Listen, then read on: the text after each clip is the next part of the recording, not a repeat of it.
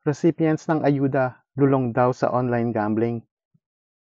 Ayon sa panayam kay Congressman Nathaniel Educado, lagpas daw 32% ng mga kababaihan sa Pilipinas ang lulong sa pagsusugal online.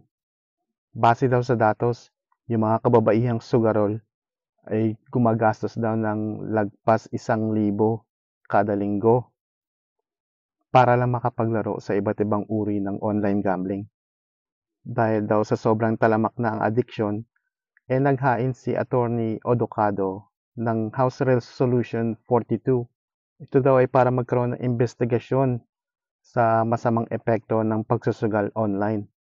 Bukod pa daw sa 1,000 pisong nagagastos ng mga sugarol sa online gambling, karaniwan din daw sa kanila ay mga low-income earners.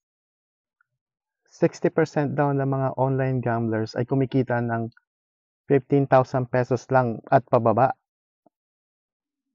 Sabi ni Attorney Educado sa isang interview sa kanya.